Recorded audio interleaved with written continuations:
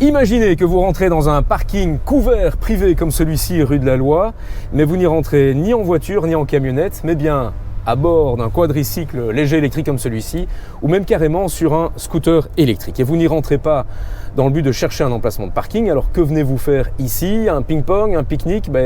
Ni l'un ni l'autre. Recharger votre voiture peut-être? Non plus, ou pas exactement. Vous venez faire ce qu'on appelle du swapping. Le swapping, ou échange en français dans le texte, échange de quoi?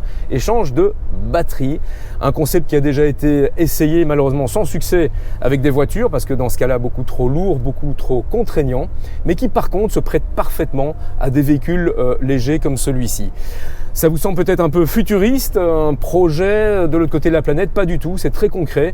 C'est en train de se développer, notamment en Espagne, via, pour ne pas la citer, la société Silence, qui a déjà implémenté dans quasi tous les parkings privés de toutes les grandes villes d'Espagne, mais également dans des stations de carburant, ce genre de petites armoires sur lesquelles on va donc pouvoir trouver des batteries escamotables qu'on peut commander, réserver à distance à l'avance. Quels sont tous les avantages? Déjà la garantie de pouvoir se recharger facilement, même si on n'est pas propriétaire d'un emplacement de parking.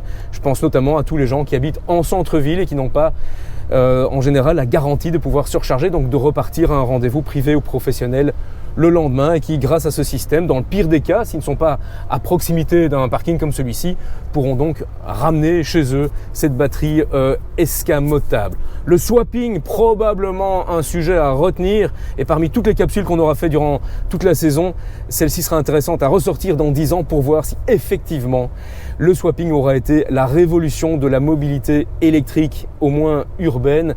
Je vous laisse méditer sur cette réflexion en vous souhaitant comme toujours une excellente journée et bonne route!